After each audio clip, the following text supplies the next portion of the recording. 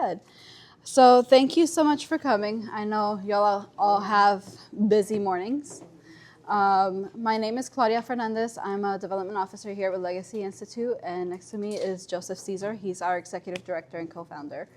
I would like to start off by getting everybody to introduce themselves, just a brief introduction so we all know who's talking. So why don't we start with this table over here? Hi, I'm Roland Martinez, HR manager for Georgia Pacific at our Camden pilot facility.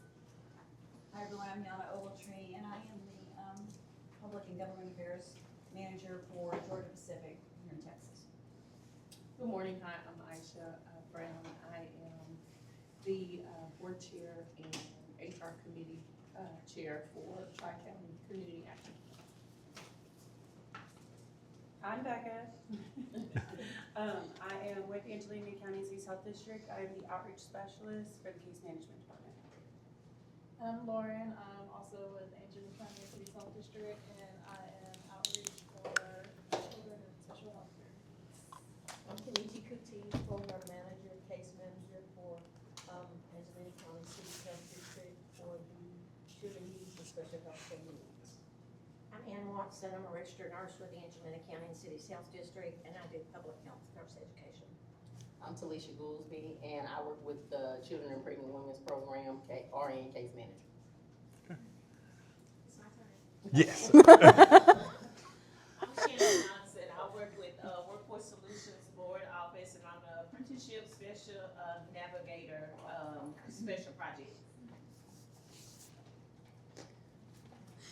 And then over here we have our IT team helping us record everything. So IT and marketing. And marketing. My apologies. So my name is Michael Martinez. I'm program director of the IT and marketing department, and we also run LifeTech, our social enterprise marketing agency. I'm Jasmine. I'm Michael's apprentice. I've been working for Legacy for about 6 months now. All right. Well, thank you everybody again for coming. Without further ado, let's talk about why we're here, apprenticeships. So Legacy has been known to have apprenticeships for the past couple of years. I believe we first started our first program back in 2019. So let's start with telling you a little bit about us if you're not already familiar with who we are. Legacy, our whole purpose is to help individuals improve their financial stability and to provide workforce development to our communities in Deep East Texas. Since our first apprenticeship program opened in 2019, we've existed since 2014. We have served a lot of individuals. We have been the only registered apprenticeship in our area. And we offer wraparound services to help support our apprentices. So by that I mean we don't just put them into a training, we help them all around. We provide them with financial coaching services so they know how to manage their funds so they don't go into a difficult financial situation and they can continue to succeed. We provide them with employment coaching so they learn how to create a resume, they learn how to job search efficiently, they learn soft skills to retain their job, and that's all provided alongside our apprenticeships. In-house, we have a IT apprenticeship, IT and marketing apprenticeship, and a carpentry apprenticeship. And they have both been great programs. They have produced great students. I think ACCHD has benefited from one of ours. And we have partnered previously with higher education institutions, and we're looking to do that still going forward. Of our numbers, we have enrolled from 2019 about 260 individuals or more. Of those, 160 have earned credentials, and of those 160, a combined total of 250 credentials have been provided. And I don't say given because we don't give them, they earn them. And from those 260, 240 individuals have found employment. So we're here to discuss a problem that's been going on nationally, right? There's a shortage of workers in a multitude of industries, from IT to carpentry to nursing, healthcare, of those. And our primary focus right now is kind of like the trades, but apprenticeships, we could sponsor apprenticeships in any industry. Our primary focus right now is the trades like carpentry, electrical, HVAC, plumbing, to name a few. So a lot of our research is based off of those trades. There was a research conducted about a year and a half ago that estimated about 1.4 million skilled trades jobs will go unfulfilled by the year 2030. And that's a lot of jobs nationally. And this happens because a multitude of reasons. Primarily, I've seen, especially with individuals from my generation, I've seen parents discourage individuals going into trades. Now, whether that's the excuse of, hey, you're gonna ruin your body because it's such a demanding job, or because they think it may not pay well, people are getting kind of turned off away from these jobs. But the thing is, trades are once you have your knowledge and your certifications, trades are actually one of the better paying jobs out there with more opportunities to grow. So with that being the problem, how are we going to be addressing it? Our solution is employer-led apprenticeships. As I mentioned before, we have in-house apprenticeships through carpentry and IT, but I think the way to make this more effective is to have employers create apprenticeships within their businesses and fill the roles, train their people, while we help them gain funding to get their individuals trained. So, Joe, I'm gonna pass it over to you. Sure. So again, my name is Joseph. Want to thank everybody for coming out. And Mr. Spikes walked in. He is over our carpentry apprenticeship program. So he's been with us now, what, 4 years? It's been that long? He is our primary trainer, and we're actively building houses. So we want to, and thank you for GP, who is our major partner for carpentry. And they hire our people. So they just stole one of our best apprentices. So we're happy for Davielle. She's outstanding. Where did she end up? Corrigan. She's at Corrigan. Yes, she's at Corrigan. So most people will believe that we're a registered apprenticeship sponsor. What that means is we are communicating on a regular basis with the Department of Labor. We have to submit what's called standards to the Department of Labor, explaining to them how we're going to maintain compliance and how we're going to maintain a rigorous training program. So we submit those standards, they go through their approval process, they put their stamp of approval on them, and then now that apprenticeship program is solidified and it is official, and it is open to the public for them to view on apprenticeship.gov. All right. So that sponsorship, we will choose industries that we want to be a sponsor for.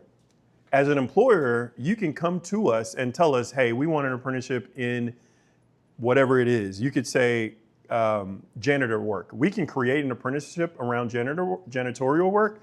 However, there may not be funding associated with that unless they show up on a high demand occupations list, which Workforce Solutions maintains that. I've given you a list of the top 25 industries that the state of Texas is interested in. If you see positions or jobs that align with what you are doing, then you should be working with us to establish an apprenticeship program. And by the time I sit down, you will understand why. And thank you, Eugenio Sáenz from Angelina Thrive, for being here as well. Please get food if you want. All right, so we although we are a sponsor, we are also an employer. So Michael and Jasmine, Michael was one of our first IT apprentices, and now he is running the program for IT and marketing. And Jasmine is now his third or fourth apprentice, but she's the best, obviously.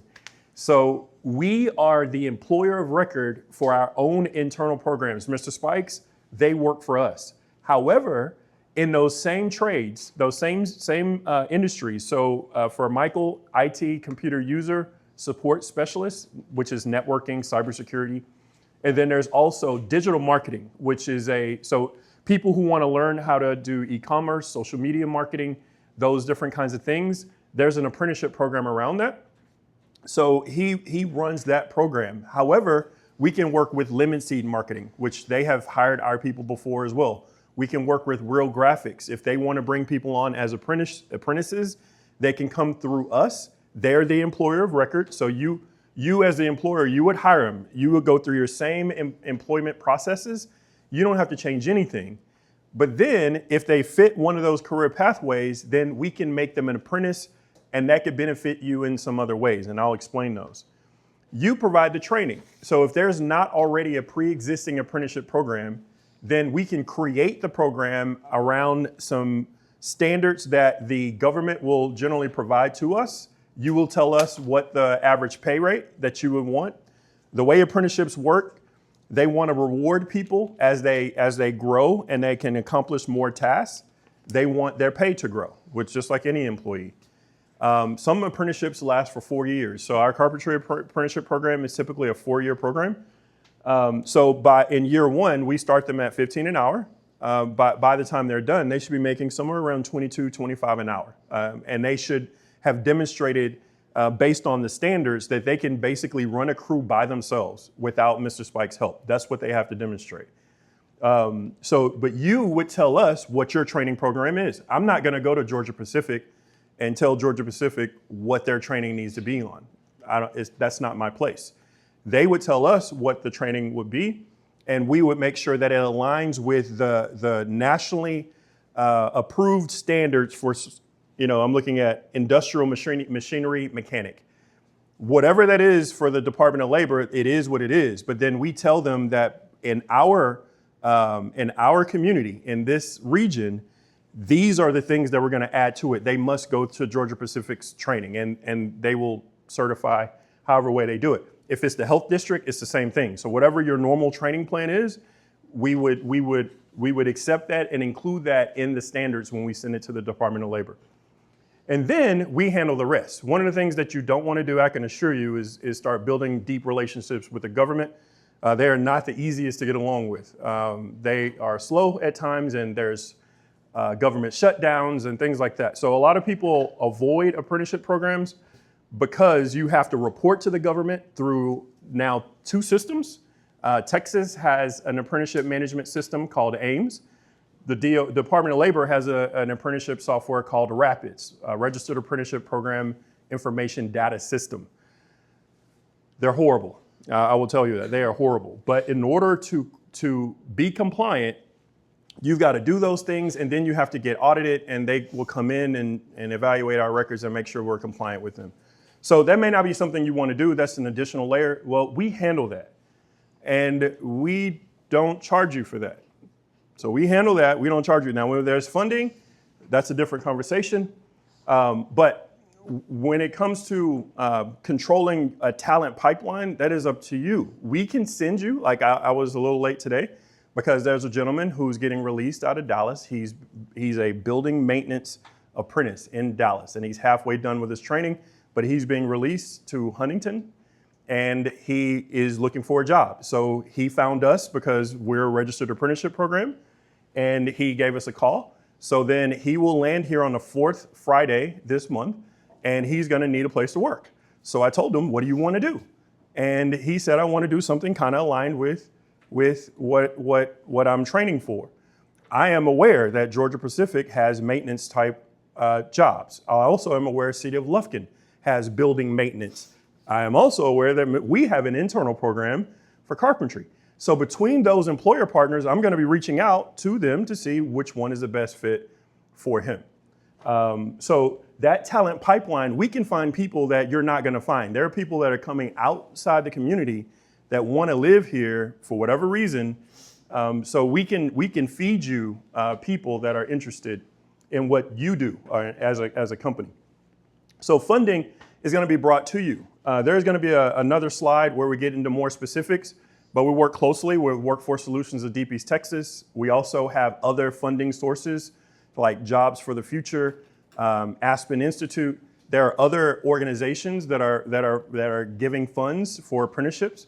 Some of them have hit the headlines. For example, BlackRock has put out, Elena, what was the number? The total was $150 million? $200 million coming from BlackRock Fund, which is the largest mutual fund company in the world.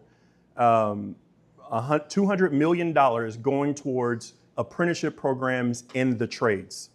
All right, so we would get access to that funding because we are an apprenticeship sponsor, which then will flow to you all, preferably in some kind of way, whether it be education, supportive services, transportation assistance, paying for their education, those kinds of things. Then they're credentialed employees. So not only would they come out with some industry recognized credential, it could be an internal credential to you. It could be a state recognized credential, for example, NCLEX and the Texas Board of Nursing, whatever that process is. CompTIA for IT, Google for other things. So there are a ton of certifications that they can come out with, but them completing the apprenticeship program is in of itself a industry recognized credential. So a Department of Labor nationally recognized credential to say that they have learned what they were supposed to learn. So for you, there's no administrative burden. All you would do is let us know who they are. We would register them.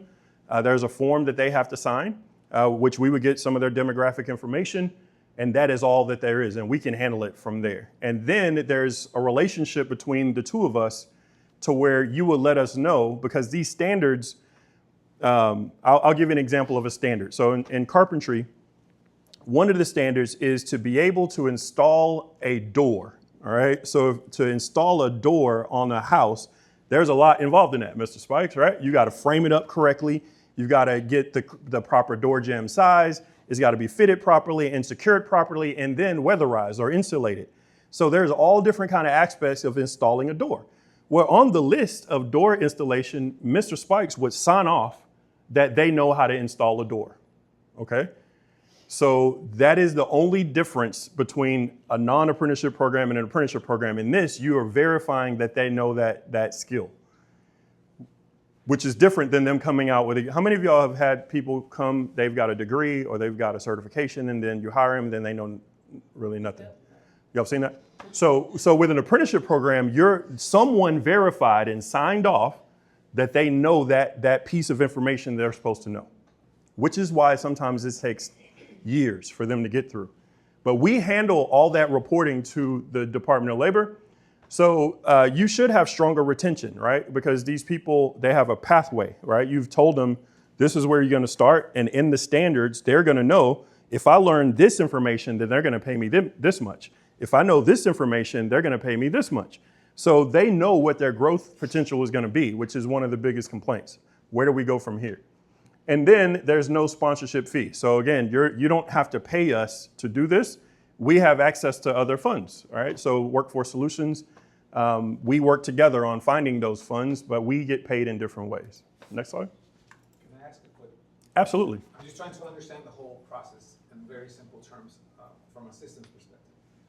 So I'm just going to repeat what I think I'm understanding. Yes, sir. A business, small business or large corporation, they hire, they train. Life, as a fiduciary, pays the wage. No. The employer pays the wage. If they work for life, we will pay because they're an employee for life. But if they're an employee for Georgia Pacific pays them.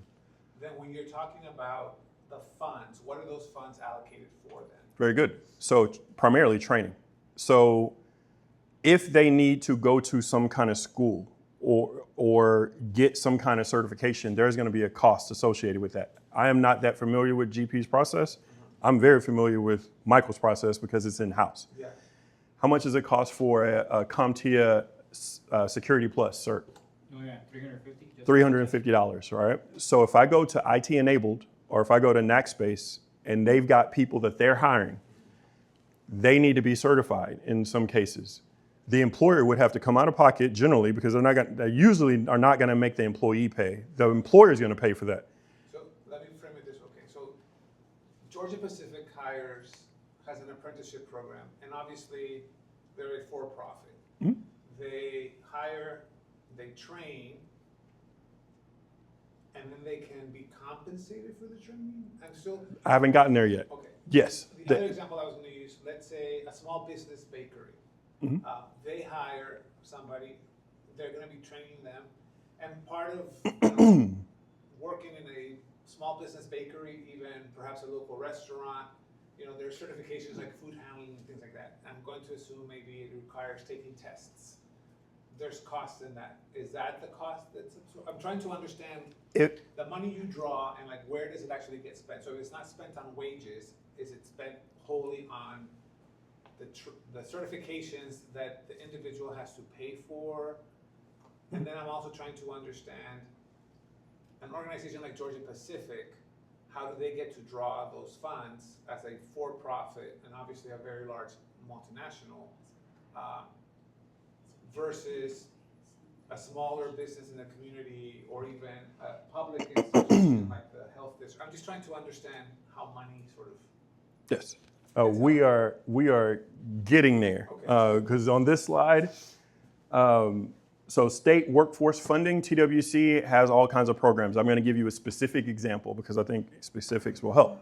Right now, we have an active grant with Workforce Solutions as the primary grantee.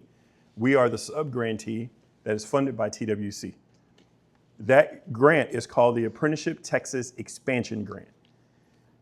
When we applied, they gave us the list of occupations that they were willing to fund. It was like 5 of them. 2 of them were IT and carpentry, which just so happened to align with what we're doing. The state will pay $2,000 toward the training for anyone that we bring in up to, I think we apply for 40 slots, if I'm 50. So 50 slots, we can get $2,000 toward their training. That goes directly to Legacy Institute if they're an employee of ours. If their cost that was incurred by the builder or whoever they're working for, then we can reimburse some of those costs. And there's some funding, for example, supportive services. So if they go to GP, they need steel-toed boots. Who's going to pay for those? Does GP provide those? I don't know. But if they don't, then we could through the funding, through the state. If they need gas cards, if they need food, if they need help getting from Lufkin, Texas to Corrigan, we can use funds from that to cover the costs. So that's one example, and I'm going to keep going. So then you have federal apprenticeship grants. So TWC will through various programs like WIOA and some other programs, they will have federal level grants that go beyond the local workforce development board that we would then qualify for once they verify that we're an apprenticeship program. Some of those funds may include salary reimbursement, all right? Salary reimbursement. It just depends on what they are wanting to fund. So right now, because of where we are as a nation, anything dealing with AI data centers, for example, they're throwing all kinds of money towards it. Shipbuilding is one of those because our president believes in having a strong Navy. So we don't have enough ships according to what he wants to do. So federal dollars are going towards that. And then there are other philanthropic type organizations like BlackRock and Jobs for the Future, LISC, Local Initiative Support Corporation. We have a grant from General Motors. We have a grant from Lowe's. Lowe's Gable Grant is one that's going towards the trades. So there may be nonprofits that, we love those grants because they have less strings attached. The next piece, and I want to talk about current grant opportunities. So pre-apprenticeship program, and so if they're coming into carpentry, Mr. Spikes is not going to let them touch a house until they get through basic construction safety. That's called NCCR Core. Core is like OSHA 10 on steroids. That's probably the best way to describe it. So with a pre-apprenticeship program, they will get NCCR Core and OSHA 10 before they touch a house. The state will pay us to $1,500, give or take. It just depends. about $1,500 to train a pre-apprentice. You don't have to do that. And if you have somebody that may not meet your criteria, you want to see if they're serious about it, you can send them through our program. Like if GP wants to hire them, because this is kind of aligns more with what they do. If you want to hire them, but they're kind of on the bubble, you can say, hey, look, go to that training program, get you a safety cert, and then you may respect that. So that is covered by the state. Then we have skills for small business. If you're a business that has less than, I think, 200 employees, there's some funding that you can get that in partnership with Angelina College, you can help people get Microsoft Excel certifications. You can get all different kind of things. Emotional intelligence is one of the certifications that you can get. Bookkeeping and accounting, those are included in the skills for small business. And that's up to $2,000 for every new employee, been with you less than a year, and $1,000 for every employee that is more than 1 year in. And that's any small business, all right, including nonprofits, as long as you pay into the state unemployment tax program. Then we have the Texas Apprenticeship Expansion. I've explained that. And then we have TIRA. And this goes back to your question. So TIRA is Texas Industry Recognized Apprenticeship Grant. If you hire anyone that is on this list, all right, they have to be on this list, these career pathways, and you are working with an apprenticeship program, you can apply for up to a $10,000 reimbursement of their wages and training costs. So, but they have to have been paid above a certain amount, and they had to have worked a certain amount of hours. So your total expenditure has to equal X or above. And if it does equal X or above, and they were an apprenticeship program, the state of Texas will write you a check for up to $10,000 for every apprentice you have. Does that answer? So Somewhat. So now I'm understanding that the funds available basically are to offset training costs. yes, and in some cases wages. So the TIRA grant is more of a wage, like, thank you for hiring an apprentice. Yeah. They're going to make you a great employee because you verified that they know what they're doing, and they've had a year to work with you. We're going to reimburse $10,000. A one-time reimbursement is not every year. Yeah. And I was just primarily thinking through what you were describing through like a small business or even a public-facing nonprofit, like a health district who might, have a need for the botanist, or yes, or someone that gets hired by them, their costs in this person's training and development could be offset by some of the grants that you're describing, or a small business. And I think of like the mom and pop bakeries, restaurants, industries that require some kind of, even like a hair salon, I don't know. yes. Just thinking sort of globally, but a small business could obviously, and the reason I asked the wage question is because, that's a great benefit to a small business to have, at least in its initial phases, the offset of an apprentice or two to be offset by a fund like this, not only to benefit the employee and their training and development, but also to benefit the business or the nonprofit in the wage subsidy, if I call it that, of that person. So I was just trying to understand, like, yes, maybe the algorithm of how some of these funds fall into place and how specifically they benefit either the individual or the organization that hires them or trains them. Most of it will not benefit the individual other than they get free training. Yeah. That's usually what they get out of it, and then they get a job. Well, they're working for the training. Yes. They're providing the service. I wouldn't say free, but But health district, for example, on the list is medical secretary and administrative assistant. Do y'all have any of those that will fit that bill? So if they do, and they hire them, and they're part, we build an apprenticeship program with them. We register it. It's on the eligible trainer provider list with the state of Texas. We've got to go through all those hoops and hurdles, and they hire a medical assistant, or they already have a medical assistant who's working in there, and they said, you know what, we want to put them through this training, or we want to verify that they know these skills. It doesn't have to be something that you pay for. That medical assistant would then be an apprentice 12 months later after them staying on stable employment. The health district would be reimbursed up to $10,000 of that person's salary. That's how it could benefit them. But the key, I want to reiterate this. If it's not on this list, it ain't happening. So if I'm running a small business and I got a startup restaurant, and I just want some helpers. Yeah. They're not the chef. Like if it's a chef, that may be on this list. I don't know, but if it's just a waitress and you want wage reimbursement for a waitress when you're paying them $4 an hour, and But like a food handler that requires a certification. if they're training to become so we have a restaurant management apprenticeship program that was a part of Juicy Spot. Juicy Spot was our internal restaurant that we're trying to bring back, by the way, in this building. But it was our restaurant. So someone who wants to become like a Brittany Vincent, y'all know Brittany? Brittany Vincent with Tomei Catering. If somebody wants to be a head chef, or if somebody wants to be a sous chef, and they're looking for a career in restaurant management, then they can become a restaurant management apprentice, and then those wages would then be eligible for reimbursement, assuming they're on this list. And restaurant management is always a hard one. But they could qualify for some other funding, but not this apparently. But that's what it is. It's not going to be like entry-level jobs that are not paying like career type wages, which, you know, that's generally for this area like $14.50 an hour, roughly.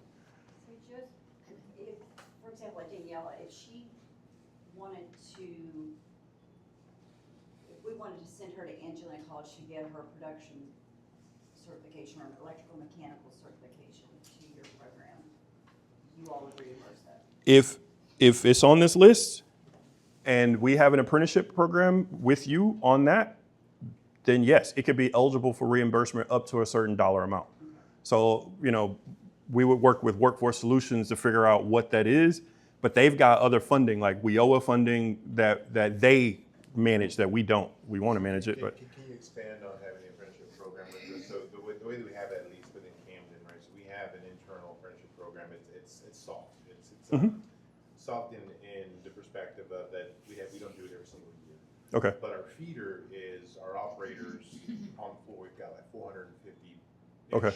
operators, right? So they're already on the line. They're not in maintenance, right? Because that's where our semi-skilled trade is, right? But they're around the equipment, right? So part of their job, just by proxy, is understanding, you know, the mechanics of all that. So when we have our internal apprenticeship program, usually the greatest feeder comes from those that already know the mill and they're around the machinery. And so I believe before I even started a year and a half ago, we had a successful run to where we had one as an apprentice. So the question is for me is, I don't know, we're not, in that perspective, we're not aligned as far as like, we're not giving you the curriculum. We have it there, but if Yes. we want the individual to get certified and, Yes. you know, like how Yana was saying, is that? If you have the curriculum internally, you don't have to send them anywhere. Yeah. You can keep doing what you're doing. What we would do is find out which one of these, if you know which one of these it matches up with, then what I would do is go to the Department of Labor, I would download their standards, we would have a meeting, and then you would show me which standards you all cover in your training. Right. If there's something that is missing in your training, then now we would ask, could you add it? Or is there another place? Do we need to go to Angelina College? Can Mr. Spikes do it for you? Right. So then we would want to fill in the gap with what the government says that person in that role should do. And if you cover all the bases, then your program is yours. All we would do is we would register to be the sponsor, and then we would have you sign a one-page form that Georgia Pacific is going to be an employer partner. And then you would tell us, and I would really want your help. So if they know this much, if they're a base entry-level person, what do they get paid? Yeah. If they learn 25% of the material, do you give them a raise? And if the answer is yes, what are you going to pay them? And if they know 75% of the material, what are you going to pay them? And if they know 100%, they graduate from the program. So what does a graduate look like from a payroll standpoint? Because we have to send that to the Department of Labor. Yeah, they want to check all that out. And so then when they complete your program and someone on your team signs off that they know all those standards, then they now have an industry recognized credential from the Department of Labor. Okay. And if someone is not the apprentice, let's say someone that's just new or that has some light background in electromechanical, and they want to get a certification in engineering college, is that separate from this, or can we utilize you guys? I mean, is there funding? I mean, I don't know. Yeah, if we can do it internally, if not, Angelina College, they're a great partner. As long as their program fits within the budget that we are given by either the federal government or Workforce Solutions. And then if it doesn't, then who's going to cover the difference? And is AC willing to work with us on that? But apprenticeships are great. And we're working on working with an organization that will give us software so we can kind of all talk to each other, right? So if you have an apprentice, we want to know because we have to report, did they meet this standard or not? And I don't want to have to call you every time you do that. So we would give you access to the software and then you would say, you would just click a button, this person has done this. And then we would know, they would know, and the government will know. And just to be clear, this is a candidate employee, this isn't an employee through life, right? This is our own employee. Yes. This is our own Yes. firm. We just align with Yes. the standards that you guys got, and then we can That is correct. take credit for that. That is correct. I'm gonna ask for one more example, but that was a wonderful. I'm just trying to understand it like at the, boots on the street level kind of thing. So I see heating, air conditioning, and refrigeration. Mhm. Immediately I thought of like McWilliams and McWilliams. Ferraris. That's correct. In our community, right? Obviously, they employ a lot of professionals in these fields. If they, let's say, to your point about, if they have, I don't know, let's say 20 employees at a particular certification. Yes. And they want to not only, continue to develop their employees as part of like even their retention strategy, because there's always a strategy internally, right? And they work with you to say, hey, we want to certify, we want to sort of help our employees can further develop their skills so that they can move from earning 25 bucks an hour to 30 bucks an hour. Describe what like that might look like, because it's definitely listed here. Correct. Let's say they already have the training, maybe they need to hire an additional trainer to take on, 15 additional technicians. Depending on the funding stream, they're able to draw per employee that they help achieve the next level.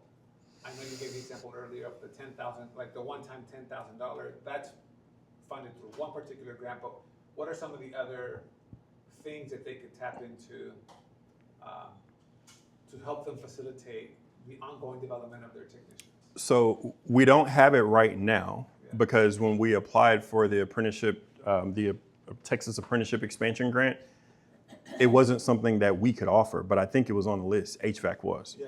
So we would go to Workforce Solutions and we would say, hey, we have an apprenticeship program, which we're working on that, by the way. We're adding building maintenance, HVAC, plumbing, and electrical. That will be done before the end of this month.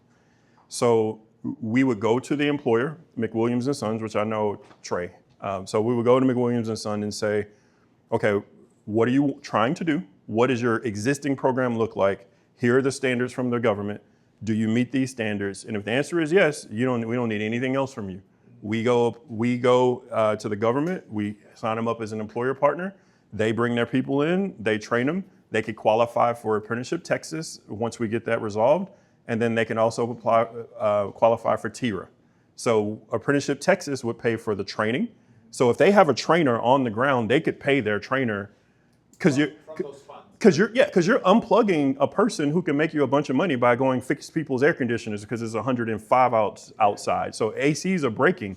So to pull one of your qualified people to sit down in a classroom and train people, you're losing money. So you would recoup some of that through the Apprenticeship Texas grant that will pay you $2,000 per apprentice, or up to $2,000 per apprentice.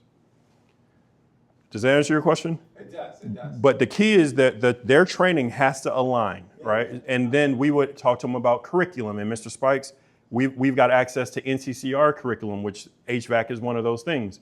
Elena's working on some other providers of curriculum. So if they don't have a curriculum now, we will try to find them curriculum that suits their needs. There's going to be a cost associated with that, and then that would get pulled from the funding.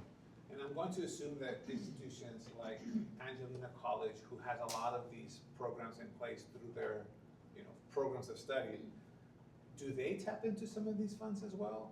Not through you, but like on their own? No. Well, they have different, because they're an educational institution, they've got funding that we don't have access to that. So this kind of funding is tapped into specifically by nonprofits, not just like yours, but.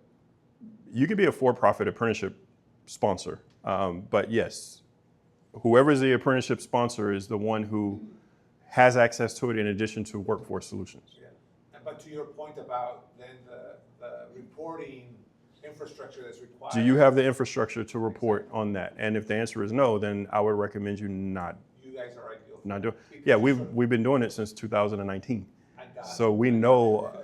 So for example, I know who our local DO. Anybody know who our local DOL rep is?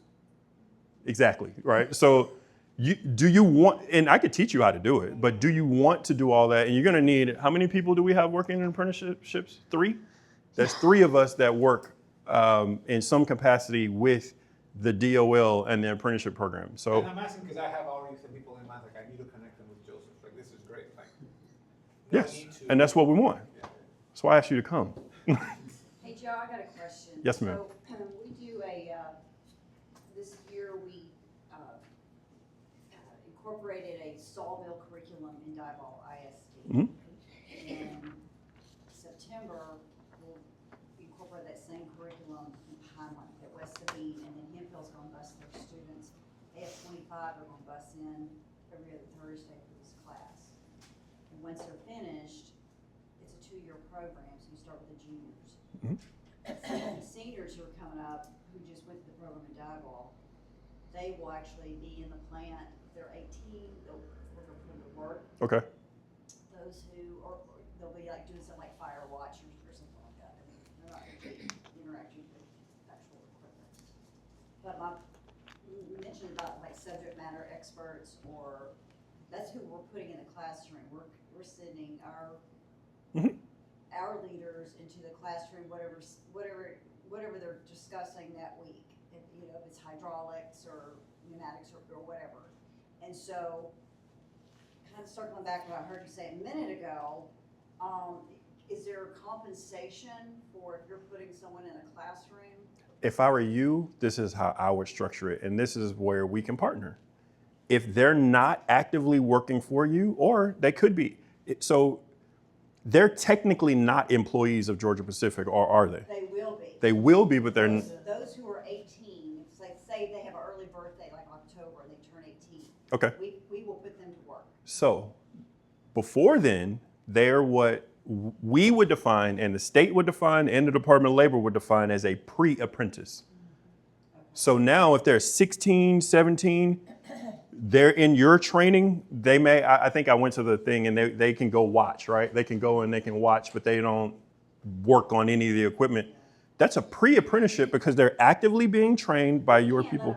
No, we can't do a pre-apprenticeship at 16 or 17. I mean, if they were. No, we. Oh, okay. So we will do it, right? We can have what's the age limit on pre-apprentice? 16? 16. So we can have pre-apprenticeships in the school district, which we're working with NAC ISD right now on Auto Tech. Oh, okay. So their pre-apprentice, if you're spending money on the trainer, then the pre-apprenticeship, depending on how many kids you have, we would put them in the pre-apprenticeship program, draw down funds with the help of Workforce Solutions, and then we will, we would come work out with the ratio, but you would get the brunt of the funding to help pay for your instructor. So then they become apprentices. When they get the basics, they're gonna go into your program and now as an employee, and now you're still training them. Now they go to Apprenticeship Texas, the Texas Expansion Grant. So now there's up to $2,000 per apprentice, assuming that we can get it added to the list. And then now you have an additional $2,000 per apprentice for training, which if you have an internal trainer, that's how you help offset their cost. Then if you keep them hired for a year, which we have an interest, you have an interest in them staying for a year. Our interest is because we report to other people that want to, because we're financial empowerment. That's our interest in this. If someone gets to GP or the health district and they're working for a year, 9 times out of 10, they're going to work year 2 and year 3 and year 4. And that provides more stable employment and it reduces our unemployment numbers. So you would also qualify for the TIRA money, $10,000 back to GP. I know what you guys generally pay, you would qualify for the whole 10. So you would qualify for $10,000, the $2,000 plus the like $1,500 pre-apprenticeship. So that's a total of about $13,000, $14,000 per apprentice and pre-apprentice. So on the RN that's on this list, are you saying that if someone was out of high school, they can't afford to go to college, they can't afford to go into nursing school, they can't afford to take, go through that program, take their state boards and all that type of thing, that you will put them in a program through like AC, which is a 2-year program, and pay for their tuition while they're going to the nursing school there at AC? So there are limitations on what we can do on tuition. So if we draw down $2,000, that's all we can do. So I don't know how much it costs to go to AC for 2 years. I think it's, but we can help offset the cost of that. And then we have another education partner. They're not in nursing, they're healthcare management. They get a degree from Southern New Hampshire University. So with that, they can actually get a degree in one term if they bust it, right? Like they can, so you pay by the term, sort of like Coursera, where you pay a fee. You can take as many classes as you want. They've had someone who was homeschooled get an associate's degree in 2 terms, so basically 2 semesters. So we will help them find opportunities like that to reduce how long it takes and how much it costs. But yeah, if the tuition is 10 grand, there's really not much we can do there. But we can help offset the costs if we're able to draw down those funds. Yes, ma'am. So my question is, because from my perspective, it would be me referring my clients to you. Like if they're interested in some of the things on the list. I could just reach out and say, hey, I have somebody that's interested in being an electrician. And then you would assist them. Yeah, we would ask you to have them register on our website. Okay. That way they get into our system, Okay. and then they will get a phone call from either Elena, Claudia, or one of our team members. Okay. And then we would bring them in, and we would do some of the goal setting. And then if they refer us, if they let us know they're from you, then we can give you a call and let them know, hey, we got them, and this is the plan. Okay. Yes, ma'am. 2 questions. The health district's looking forward to a couple of projects, and we're trying to do a little bit of planning around them. So the first one being, we are trying to do more with helping people in the jail. What issues, if any, do you run into with apprenticeships and businesses around here wanting those with criminal records? When you say what issues do we run into problems Yeah, where do you employers run will into say, we don't want people with criminal records? Yes. Then, I mean, we know that about them. So like the phone call I got today, he's coming out, he's being released. So if I know the employer doesn't hire people with backgrounds or that kind of background, then I'm not gonna waste their time, right? So I'm always trying to learn, Yana could tell you, I'm always asking questions like, what kind of people can I send to you? Because I don't want to send somebody to you because they have rejection issues, right? They come out already thinking that nobody wants them, and it could be very discouraging. So I don't want to put them in a position where they're being told no when we could have told them an employer who would say yes. So yes, so we want to, as long as the employers are transparent about who they are willing to hire, then we can send them. And we know that there's going to be some nuanced situations. We can work around that. But we want to set them up for success, so that we don't discourage them. Okay, and the second one, I'm hoping that they end up being on this list. This is sort of a further off dream. A community health worker program. So this list, so there's this list that you have, the demand occupations list. So the demand occupations list and the targeted occupations list, they're kind of 2 different lists. And we've kind of nailed down what the differences are, but this list is a little bit more expansive than this list. So this is a state level list, and this is a local workforce development board list based on what Ty Cawthon and his team has put together in the research they've done on what this community needs. This list qualifies for certain funding. This list qualifies for some of the same funding plus some other funding because it's a state level, all right? So just because it's not on the 25 list does not mean that we can't get funds. It just won't qualify for TIRA, that one $10,000 reimbursement, but we can possibly get their training paid for, or supportive services, transportation assistance, gas cards, those kinds of things. And if we're able to get some of these grants from the philanthropic nonprofit or foundations, then we can do whatever we want, right? And so, for example, tuition, that may be something that we talk about depending on how much. It just depends on what we have access to. But it's just like health district, right? Like funding changes from year to year. So the government always sets priorities based on the administration that's in office and the data that they're getting. So right now, carpentry is hot for obvious reasons because you have a lot of the carpentry labor force who is no longer here, right? So we need to build houses, so there's a housing shortage. So there's a lot of money going into the trades. AI data centers, I mentioned that. So as long as that demand exists, the government is going to be pouring money into that. Any other questions for me? Because Claudia still, I think, has some information for you. This was very informative, by the way. Good. I'm glad. Thank you for breaking things down for us too. No problem. You want to take over? So not much more information from here. I think everything was discussed that needed to be discussed. But I do want to give a few shout outs to some of our previous apprentices, just, to give credit where their hard work has paid off. These are just a few of the apprentices we've had, and we really do look forward to including apprentices in other trades. We've had different individuals end up in different places. Eric Enriquez, he started off as not an EMT, he's like an assistant to the EMTs, and now he's working at Hudson ISD doing IT work. Ray Sean Lathan is actually Mr. Spike's second hand.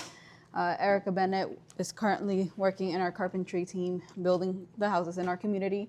Christopher Robin is currently working at Lockheed Martin after moving away from a nonprofit in Nacogdoches.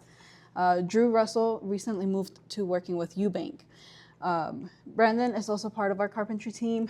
Carlos, you guys know Carlos, he's with ACCHD, and Juliana is our newest addition to our carpentry team. And of course, we don't want to discredit Jasmine, but we've had a lot of success stories. These are just a few of them, and we look forward to seeing other individuals in other trades. So if any of this speaks to you, the next steps are tell us about what you need. Set up a one-on-one meeting with me or Joe, probably just Joe, and let's discuss how an apprenticeship program can help your business grow.